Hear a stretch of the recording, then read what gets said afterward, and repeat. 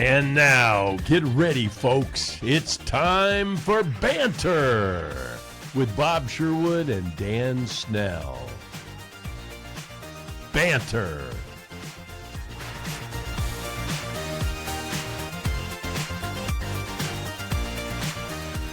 And now, here's Bob and Dan.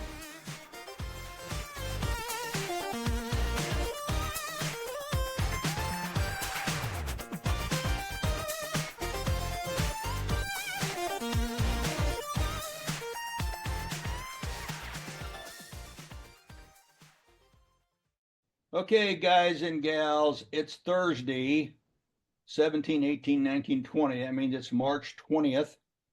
There's so many things happening. I don't know where to start. I just don't know where to start. They're happening around the world. Russia, Putin talks to, what's his name, President Trump. Israel goes ahead and bombs the Hamas because they didn't release hostages or something. People are burning Tesla cars. The old vice presidential candidate with Kamala Harris, Tim Walz, yeah.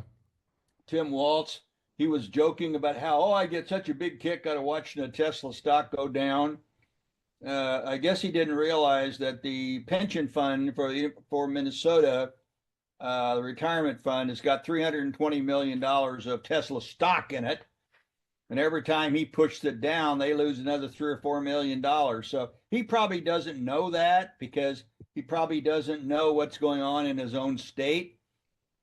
I feel kind of sorry for him in a way that he has to basically get press by trying to criticize a company that's building cars in America. Oh my gosh, let's make sure this company goes away. Did he forget about SpaceX bringing the astronauts back? Did he forget about Starlink giving people in North Carolina and California access to Wi-Fi communications? I don't think he even understands how Starlink works or why it's valuable. But for those of you who do know, they have 5 million subscribers at about $150 a month. And most people say they're worth $300 or $400 billion. And Musk, I don't think he's going to go public with it. He wants to keep it private, and I don't blame him if you got to take all this crap from people like Walz.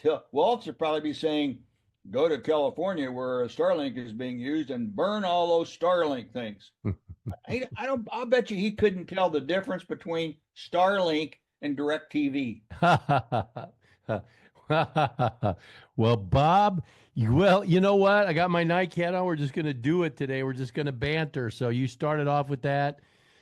He probably doesn't know some financial guy in the state of Minnesota is managing their pension. So he probably didn't know that. Doesn't really serve him well or serve the country well that he goes after Tesla. It's stupid. I'm a little bit surprised, but he's trying to stay out there in the news. Trump and Musk are in the news. So Walz, we got the Democrats, got the classic bang, bang, bang, bang, bang, bang. Got to attack each other. Nobody gets served by all that negativity. It doesn't look good for. Well, I don't think the Republicans attack the Democrats at all. I think they defend it a little bit when Musk came back and said to Walz, "Well, I know you're happy when the stock goes down, but guess what? I'm happy when I see pictures of Trump and that's why we call it banter, because that's just plain not true. The Republicans every single day attack the Democrats and blame them for all the spending, bad spending. Bad spending's been going on for 40 years. What do they blame the Democrats for? What they take a shot at the Democrats every day. Well, give me an example. Okay, President Trump erroneously thinks he has the actual, true, official Declaration of Independence. He pointed out on Fox News and said it has to be behind these curtains here because you can't have the light do it. He thought it was the real. And then he says at the end, Joe Biden would have never thought about that. He probably doesn't even know anything about the Declaration of Independence. He didn't need to take a shot. It's not real? What? Are you saying it's not real? Absolutely not. It's a copy. Where's the real one? Well, it's hermetically sealed, vacuum sealed in the, in the not Library of Congress, but there. And I went and visited it. You So probably what I'm trying to understand is your comment about Trump. Is it that he didn't know he didn't have the original, or that he just made the negative comment about Biden? Which is, well, I guess I'm tying the two together. Mhm. Just as governor of Minnesota, right, made a stupid comment Mhm. about things. The president didn't look very intelligent, thinking he had the actual Declaration of Independence, and he piled on to what I was saying. He piled on at the end and he said, Joe Biden would never have that here. He took a shot at Joe Biden. So both sides Let me take ask you a question. Why stupid is that shots. Joe Biden? Did What? Joe Biden did Joe Biden have a declaration in the Oval Office? I don't know, but he certainly did not have one like Trump's displayed. Or did he have anyone? I mean, I I think what imagine I imagine there is a Declaration of Independence somewhere in the yeah, Oval Office, but I'm kind everybody of knows it's a disappointed here copy. because I'm kind of disappointed. Even defending Waltz is just stupid. I I'm mean, the not guy. defending him. I said it Yeah, was not smart of him to do that. no. Is he an idiot or not? I don't think he's an idiot. No, anybody Okay. that he's not an idiot. In this Well, how case, would you he made a poor describe him? choice. How would you describe him? I would say he made a poor choice. He's better than that. He's a small town Nebraska boy, so he's better than that. He doesn't need to Well, take I don't know if shots at he's better. people. I've never seen him do anything right yet. What has he done? I can't imagine what policy has he put forward. What speech has he done that was good? I can't think of anything he's done positively at all. Well, it's been a long time since he's been in the news, and in Yeah. his life, he's educated young students. He's coached football. He's served in Congress. He's been a governor. So he's served. Yeah. Excuse All me. right. I'll grant him that. And he also, when the people were torching all the police offices in Minnesota, he didn't do anything about it. That's not accurate. I can Well, find then tell me you what's where accurate. Trump said we're working with the governor of Minnesota and the governor's doing a good job. Did he do something to the people that torched those offices? That's all I want to know. You may be correct. I don't know. As far as I know, the people that torched those offices never were held accountable. Well, that's a long time back. It could be reviewed. I know that there is clear video where on the phone that President Trump was having with all the governors of the United States, he called out. He said, "I'm working with the governor of Minnesota. He's doing a good job there, and we're going to support them." So they did work together in that fleeting moment. Okay, so we don't know if he ever held anybody accountable. He being Waltz.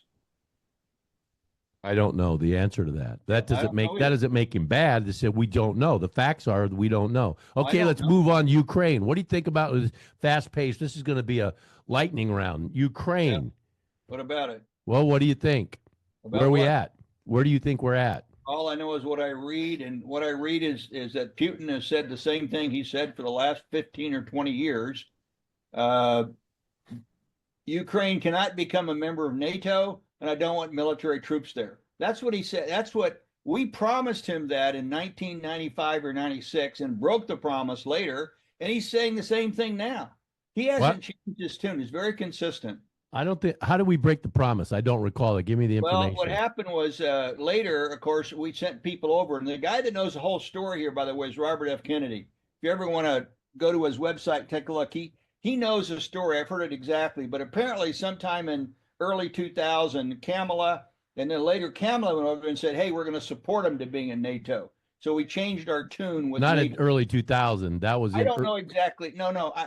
I know Kamala didn't do it in early 2000. I'm saying Kennedy said it started about the year 2000 when we said, hey, we're going to put him into NATO. So all I'm driving at is that Putin has said, hey, look, he said the same things John F. Kennedy said when Russia put the missiles in Cuba. Hey, we're not going to have missiles next door to our country. And that's all he's asked And I for. don't recall that the United States or NATO was going to place nuclear weapons in the Ukraine. Well, of course, that's not the point. The point is if they are NATO, they can do that if they're a NATO person. So all he said the same thing, and I'm in favor of it. I'm saying, hey, as far as I'm concerned, promise we're never going to put Ukraine in NATO. End of story. Promise that will not put military troops ever in the Ukraine. I think that's fine. I'd agree to that in a minute. I think Trump will too. The problem will be Zelensky, because Zelensky is going to have to give up part of his country, and so what? Well, I think that Zelensky's apparently willing to do that. He, I you know, hope when he he came is. to the White House and all the brouhaha there, and a very sad day in the Oval Office, when Zelensky said, "I don't know if we can trust Putin," he has said this before, and then he's gone back on it. And just to give you an example, in the last 72 hours, so Trump and Putin have a call. The White House issues the press statement that they want to have better relations between the United States and Russia, and they want to find peace, and we're going to go to the Middle East, Saudi Arabia, and have peace talks. That's what they should be doing.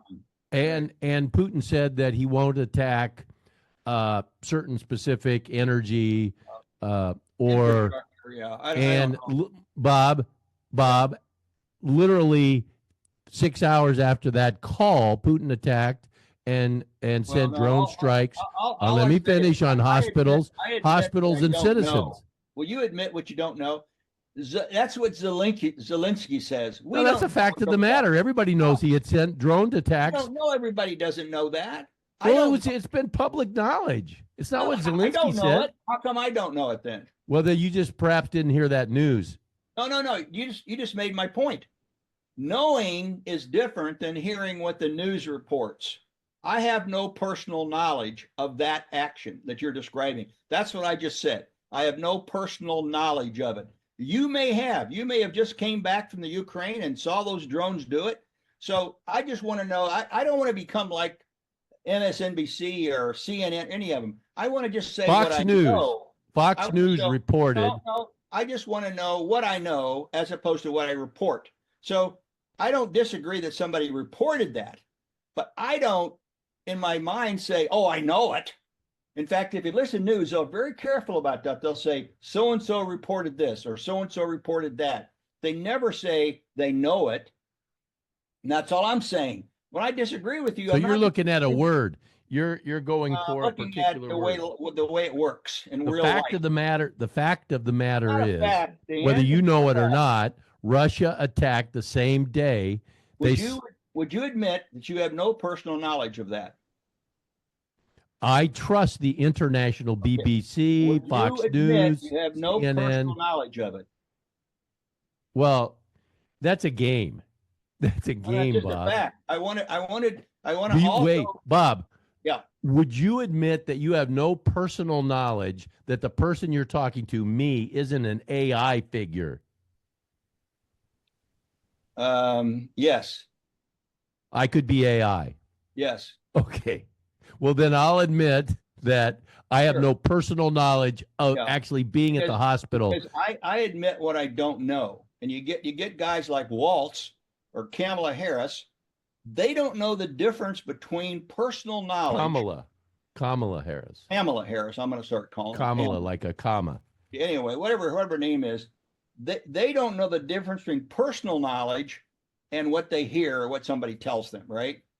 That's the problem in America. That's why we're so divided, is that people buy into everything they hear.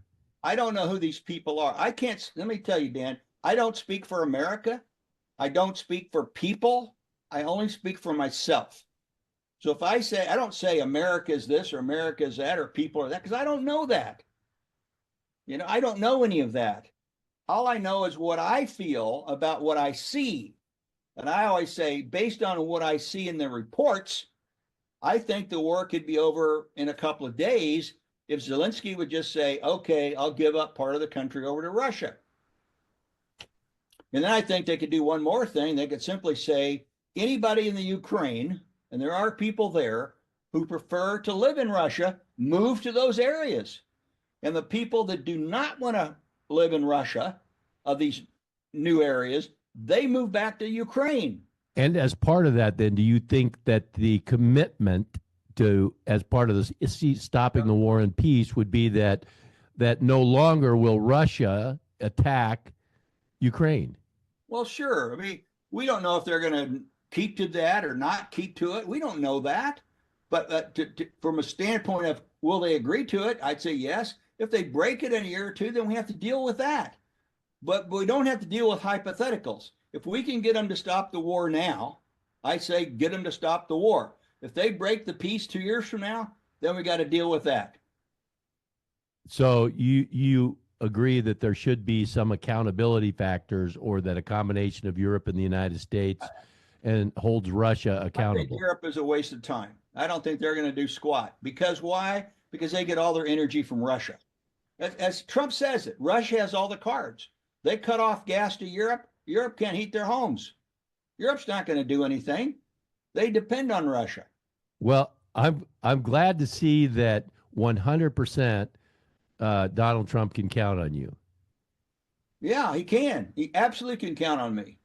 He can count on me for any variety of reasons. One is he's just so transparent about what he does, and he's candid about it. He admits there's problems, but he's tackling them, right? He says, "Oh yeah, we have a lot of issues with Russia. We have a lot of issues with Ukraine, but we've got to do something to stop people from killing each other." He's trying to do that. Will he be successful? I don't know. Will Russia break the treaty in 2 years? I don't know. And he doesn't know. But we got to start somewhere, or otherwise, the next thing we know, maybe we'll be over there killing people again. It's happened before. Yeah. Well, I just think both sides need to give some, and both sides need to have some confidence that they are going to get something. I hope they can be a little more precise than that. Of course. Okay. They gotta give up things, So, right? What's next? okay, lightning round. Okay, so next subject. And this is one, you have a background as expert witness in legal matters, courtroom matters. I'm very intrigued how both sides do it, Republicans and Democrats, when they want to go against something that the president or an administration, whether it's Democrat, or they go and find a judge. They go judge shopping, judge hunting, right? To find a judge, wherever he is. What's the issue? If the Republicans want to go against a Democrat, they find somebody in Texas or Florida. If the Democrats, they get somebody in California, they find a judge that says, stop, halt. Right.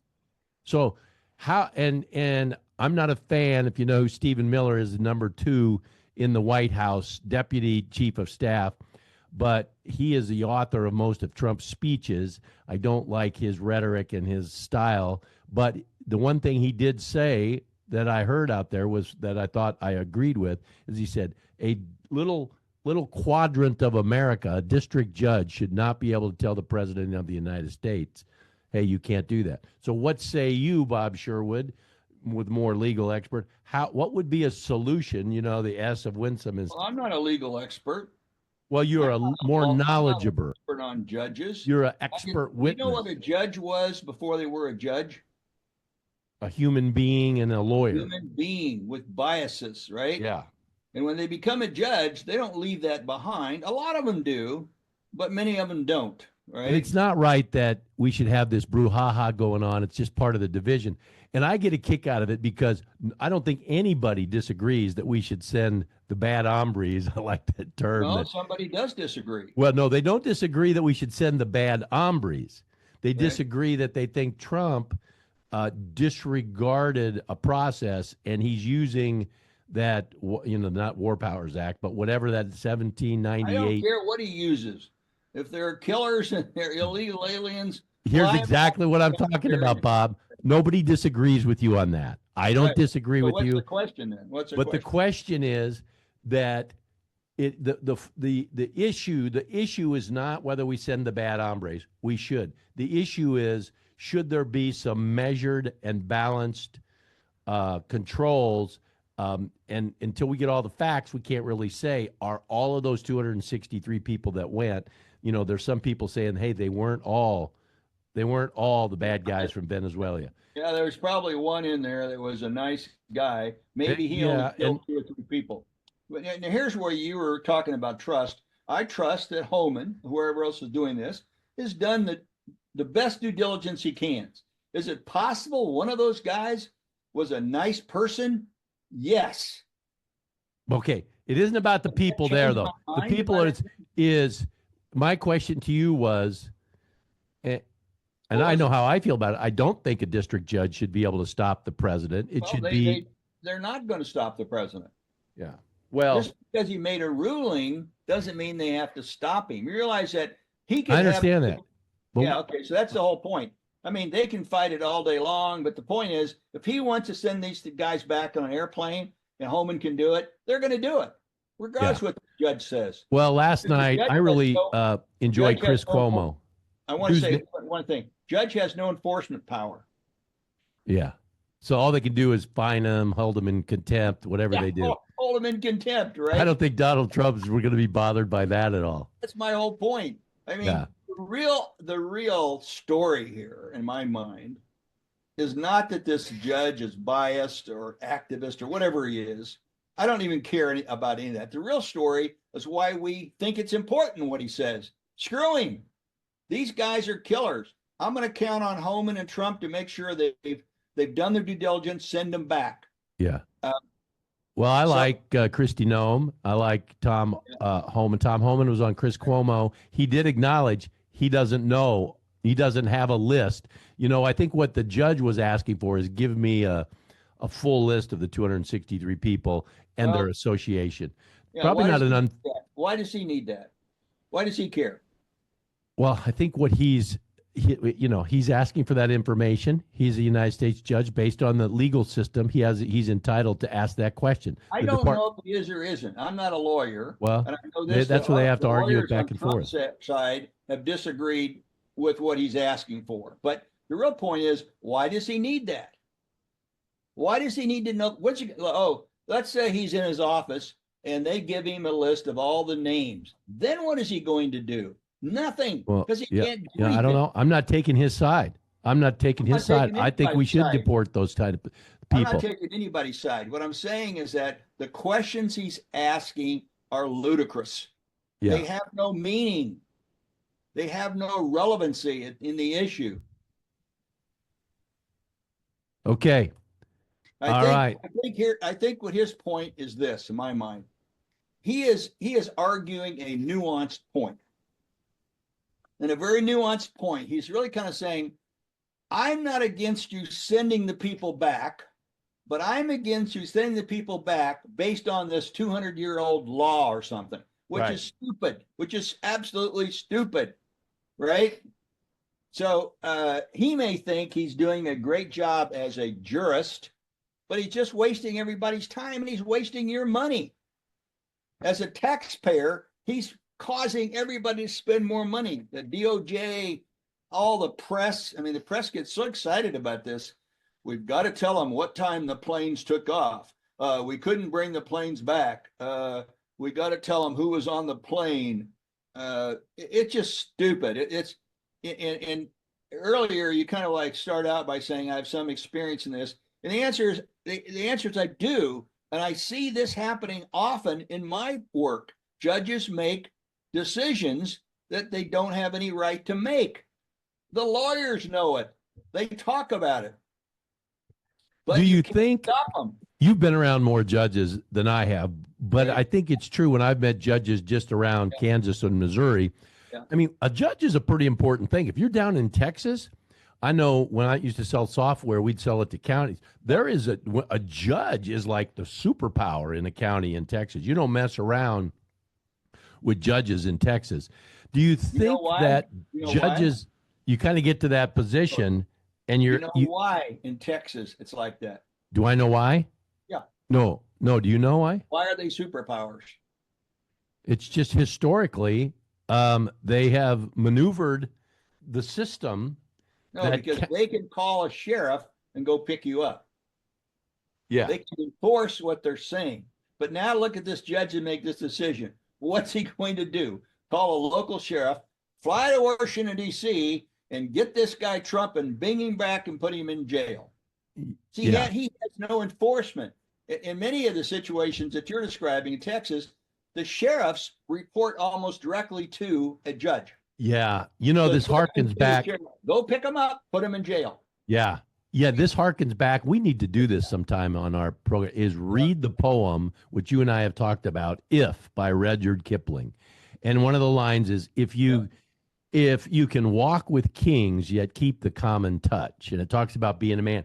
And I mean, Rudyard Kipling nailed it, because I think kings, and Trump has gotten to that point, where so when you get to such a level of power, you completely lose the common touch. Oh, I think it's the opposite. I think he's totally got the common touch. That's why he goes to football games, why he's gone to hockey games or talked about hockey games. He's now going to some other big wrestling match he's going to. I think he's right there with the people. When you listen to him, Bob, I totally disagree with you. I think he he likes billionaires and he likes people of power. And by the way, I like power and I like billionaires. Does that make me bad? No, but if you make to be around Musk, if you would say this with a smile, if you would not hang around with me because I'm only a thousandaire, little joke play on words there. I'm maybe a thousandaire. I'm not even a millionaire. I was once upon a time, but if you would make decisions that I'm not going to hang out. I believe that the president. It's why he likes Elon Musk. It's why he has a lot of gold everywhere, and now in the Oval Office, he's got everything gold. I think he likes that pretense of power, and I don't think that's the common touch. I don't think it reflects. I don't think it reflects a common touch. I don't call it pretense. I call it real. He has real power. As far as the common touch goes, he's president. If he has no common touch, it's still okay with me because I can see what he's doing. This thing that he's now doing at the Department of Education, people have been pushing that for years. Ronald Reagan was against that years ago. It's just never happened. No one has had the guts to do what he's doing. I 100% agree. One of the things that I like about Donald Trump is that he's a man of action. He's full basketball analogies, a full court press. He is a fast break. He's going after stuff that gets him in trouble. The problem is that the good thing is 85% of the stuff he's doing is good. The 15% that damages him, that puts his popularity, now approval rating at 46%, is his style, which you and I have talked about, his words and his behavior and the way he just throws stuff out there like it's true. Yeah, it's something that you have to deal with personally. For example, in my life, I fundamentally believe in outcomes. I believe that it takes assertive people, powerful people who don't care what other people think about them to get something done. Now, they lose friends when they do it, but they're outcome focused. That's how I am. I'm outcome focused, right? Mm-hmm. I don't think Trump cares for a minute what most people think of him, right? There's some people he wants them to think nice. Well, he wants praise. He has an insecurity that he needs praise. And I don't know what his personality traits are, but I know this, that what he does is what he says he's going to do. He was elected. He says, I'm going to get rid of the Department of Education. I'm going to review the tax code. I'm going to do this. And that's what he's done. He's getting this DOE out. And that's like a massive thing. Can you imagine the Democrats around the United States?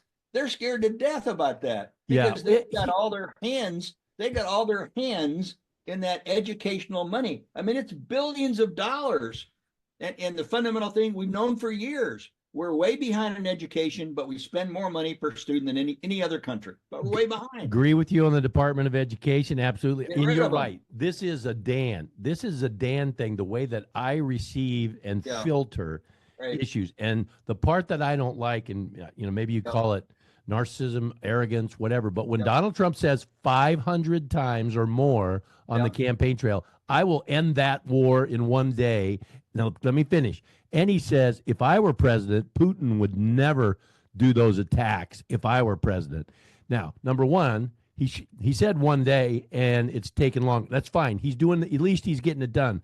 Biden didn't go after talking to Putin or trying to get peace. So I applaud him for trying to get it done. I don't like with arrogance that he says, I will end that in one day. And he said, listen, you can live with process all you want.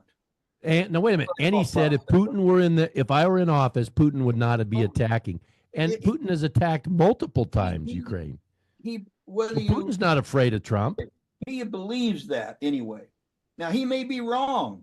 He may be wrong about what he's saying, but he's not afraid to say it. He's not afraid to say what. Well, having held office. I don't like to say things, make promises that I know I can't keep. When you say that the cost of gas and the cost of living and inflation will go down on day one, you can't live if you don't make promises you can't keep.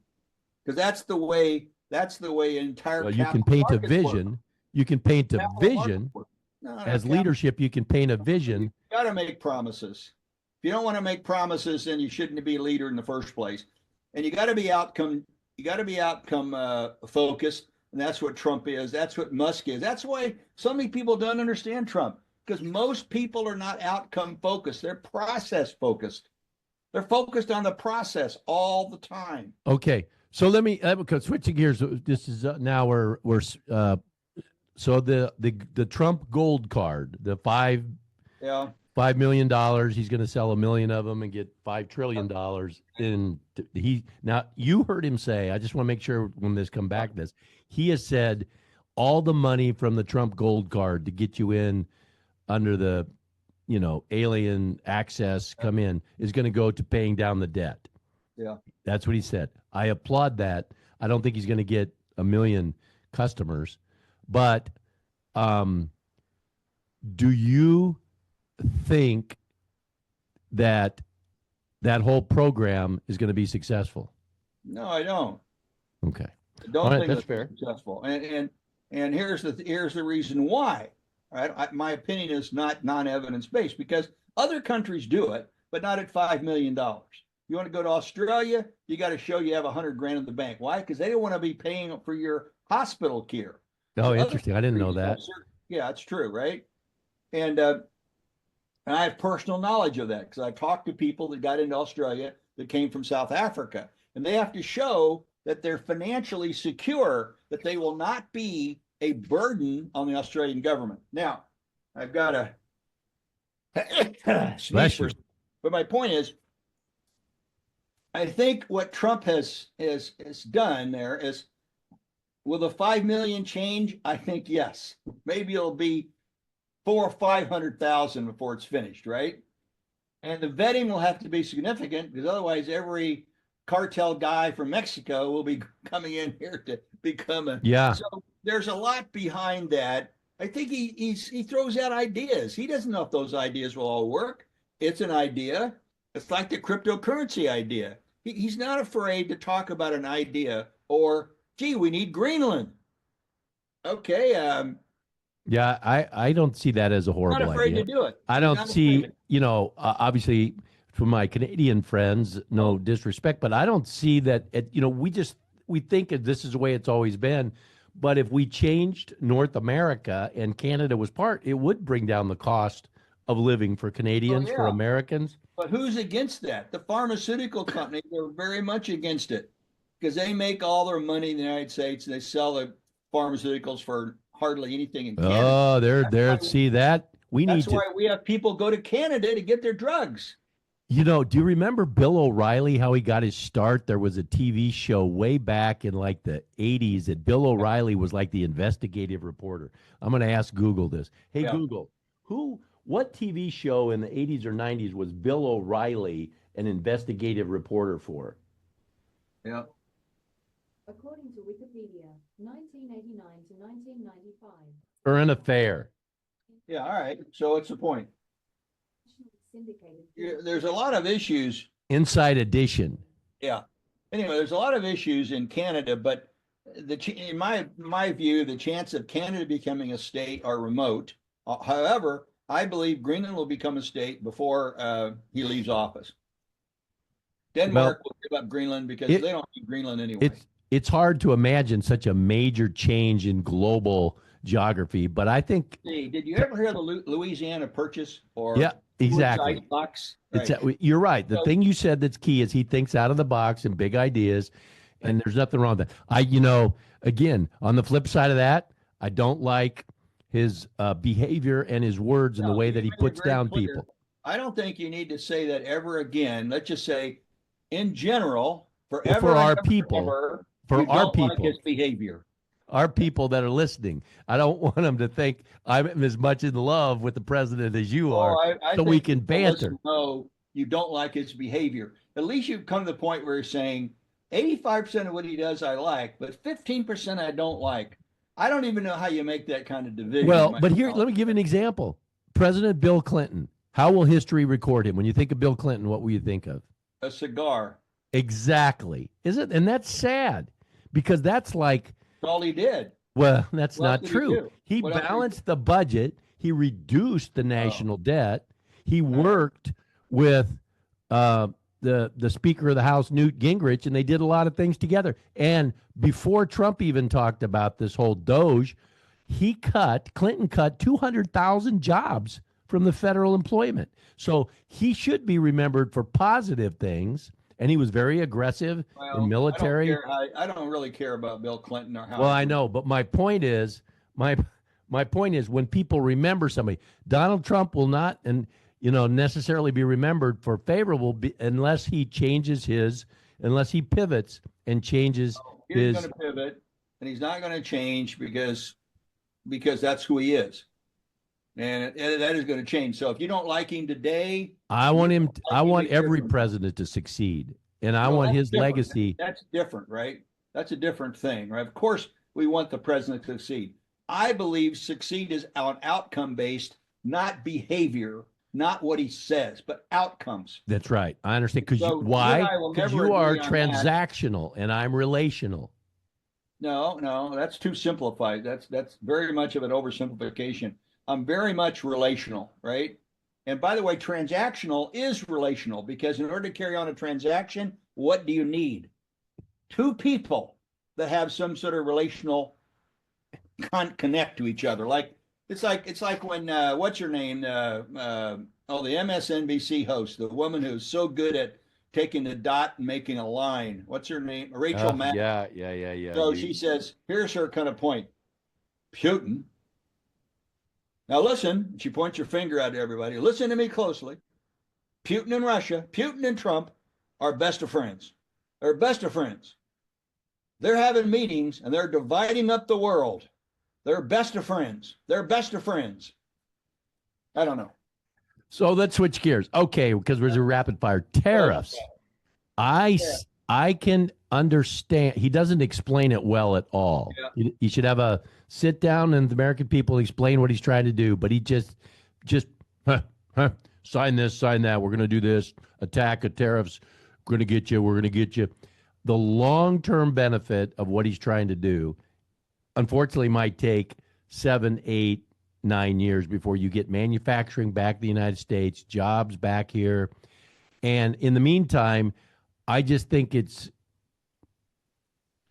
I don't understand how he doesn't think that how he thinks that China's going to pay the tariff versus the people that are actually buying the things in the United States, which will then raise the price of items in the United States. And it's a long term that will shift because we'll go less and less import and more homegrown products. What say you, Bob Sherwood? Well, first, the concept of tariffs, his concept is really not that difficult. If we have a $400 billion deficit with a trading partner, he thinks that's incorrect. It should not be that much. And tariffs will help to change that. Now, as far as who pays for it, that would get into a very, very microeconomic argument who actually is writing the check, right? In the final analysis in the entire world, consumers write the check for whatever happens because that's how economics is. Consumers do it. There may be 20 people in the middle. But I'm going to go back to your tariffs point because I believe that tariffs for him are simply a straw man. Tariffs will not work over the long term. Manufacturing is not coming back to the United States. Isn't that sad? Remember when we used to manufacture stuff here? And then remember when... That's not going to change because we don't even have the skill sets anymore. So it took us 30 or 40 years to lose manufacturing. My kids don't even know who Raytheon is. They don't know we built TVs in the United States for years, right? In Springfield, Missouri. Yeah. Zenith. So it took us, I've been talking about this issue of manufacturing since 1990. I believe that. Fundamentally, it's not going to come back. We've lost the skill sets now. Oh, we might get a foreign company like Taiwan Semiconductor to build a plant here. We might get NVIDIA to build a plant here. Honda switched. Yeah, remember when the foreign car manufacturers came over here in the beginning, right? Everybody thought they were going to fail. Now the foreign car makers, for the large part, make their cars in the United States. They're making them now. Yeah. So it's a straw. The tariffs are what I call a straw man argument. We have to get the balance of payments between the country to zero. Can it ever happen? I don't see how when we depend on other countries for so many things. So I think it's a straw man. I think in 2 years from now, the concept of tariffs will be modified substantially. We won't be using a term like tariffs. We'll be using a term like balance of trade, how to balance trade, and the impact on currency. That's brilliant. That's brilliant. Once again, I'm not worthy. I'm not worthy. We should have been talking about balance of trade all along, not using the word tariffs. He should have been using. Currency is what's going on in the background, right? Because you've got, when people trade between countries, right, there's a thing called arbitrage, right? An arbitrage is what's going on in the background because that's what's affecting currency. And currency affects balance of trade as much as anything else. For example, if the dollar is cheaper than the Japanese yen, Japan's going to ship stuff to the United States and we're going to buy it because it's a currency transaction, right? If you look at Oracle just did an earnings report and they talked about the impact of currency on their income statement and how that was a big issue. And it is a big issue. So when you have, even like Apple, when you have billions of dollars in overseas countries and you have a currency that's now more money than the currency in that country, they're losing money. They're not even doing anything, but they're losing money because the currency transaction itself. So if you could go out 2 years, people will become a lot more knowledgeable about balance of trade issues. Tariffs, in my mind, is a straw man for a while. It will change, and eventually, and this is the big idea behind cryptocurrency. Cryptocurrency on a global scale eliminates arbitrage. And arbitrage is one of the biggest factors in affecting balance of trade. Well, you're more knowledgeable in crypto and Bitcoin. Now, so what do you think about that? I think there's measure of wisdom to shift some of the treasury to crypto. Let me rephrase it. Why did Europe, who for years had German marks, French francs, English pounds, Danish krone, why did they go to a euro? Why was that important to them? Because they wanted to take on the United States. No, because trading between those countries became one of arbitrage. It became one of, I'll sell it to you, but I can't do it now because the francs are too heavy, or franc are too expensive. There was too much currency issues going on. So the euro stopped that. So now all the countries don't have currency issues between the countries. It doesn't fluctuate like it used to. And I having lived over there and we had businesses in every country, that was always one of the issues. Well, what's the dollar worth now in German marks? Because that affects what we're going to ship over there, what we're going to receive from them, right? Right. So what I'm really driving at will not happen in my lifetime, but I believe it will happen. There'll have to be a global currency. Is it crypto? Is it Coinbase? I don't know. But there'll have to be a global currency that we can trade between countries. And when that happens, then the whole issue of trade becomes a little simpler matter. Like on Star Trek. I don't know what happened on Star Trek. I don't know what they I'm talking about now, you have to really understand economics to understand what I'm saying, because people tend to oversimplify a tariff and they get involved in who's paying for it. Well, the fact is nobody's paid for it yet, but we paid for it a long time ago when General Motors decided to build bumpers in Mexico. And we have unions over here and have a lot of problems. So I'm up there in Michigan working with the mayor, and the mayor takes me to a plant that's equal to maybe 3 football fields. And in there is millions of dollars of equipment. That's where General Motors build bumpers. And the union said to General Motors, we want to get paid the equivalent of $80 an hour. And General Motors says, we can't afford it. The unions pushed them. Guess what? General Motors shut that place down. Now they build their bumpers in Mexico as well as other places. Now, what's happened because of that? The city of this particular city I'm talking about sold millions and millions of dollars of bonds that they guaranteed to build that plant for General Motors. Now, the lawsuit will never be settled, right? They're Yeah. still making payments on it. Wow. Some of those bonds have probably been defaulted by now. But my point is that we have a very complex infrastructure now of unions and non-unions and skill sets. So bringing it back to the United States, oh gosh, I'd love to see it. But until we have more skills, we don't graduate enough computer engineers. We don't graduate people that are multilingual, but other countries do. Chinese people come over and speak English. We go over to China and wonder why they don't speak English over there. So anyway, there's just so many complicated issues that for my mind, this is where I'm a skeptic on. I'm saying, will there be some plants come back? Yeah. Will if Apple builds $500 billion of plants here? Yeah, you could argue that that's building things in the United States, that they're coming back, but it's not coming back because it's new manufacturing. All they're doing is not increasing their manufacturing in another country. So the impact of tariffs may not so much bring manufacturing back as cause companies who are manufacturing now in other countries to incrementally build their new manufacturing here. That's possible, but even that takes several years. It is. I don't think the American people are patient enough to last through the higher prices and inflation of the tariffs program that Trump's doing. I can see long range, but I think there's got to be an alternative. There's got to be something in between. So somewhere you said you connected tariffs with inflation. How did you do that? Because the cost of goods will go up. No. Did you? Are the tariffs in place now?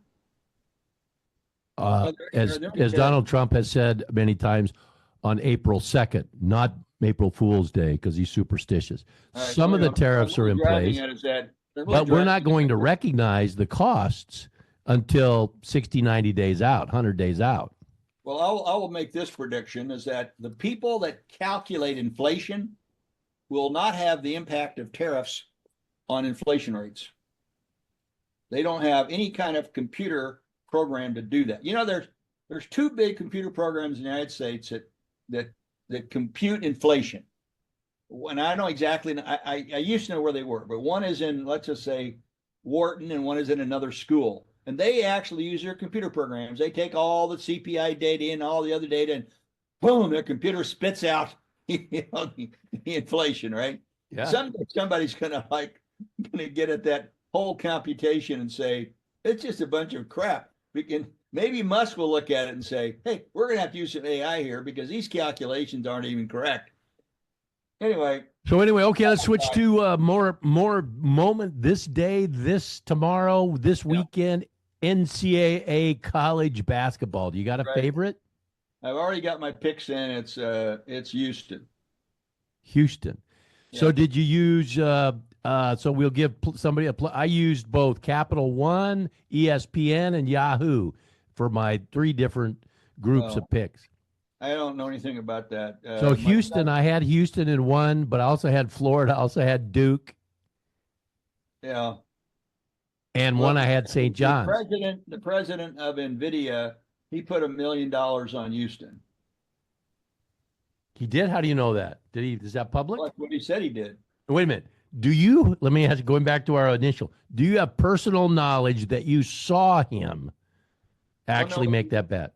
Well, that's something else. Personal knowledge doesn't necessarily mean you see somebody doing something. Well, you say you know. Remember how we opened up this? Yeah, do you know? Well, so did you hear that? No. I saw a quote from him. Okay. So that quote stands, but all the quotes that say Russia attacked the hospital in Ukraine 6 hours. Now you confused it again. No, exactly same thing, buddy. He didn't. Let me tell you the difference, Dan. Okay. The quote that I read, the president of NVIDIA said it, quote, blah, blah, blah. What you just said is somebody else reported that. That's different. Well, Zelensky said and showed the film. But again, you're confusing it.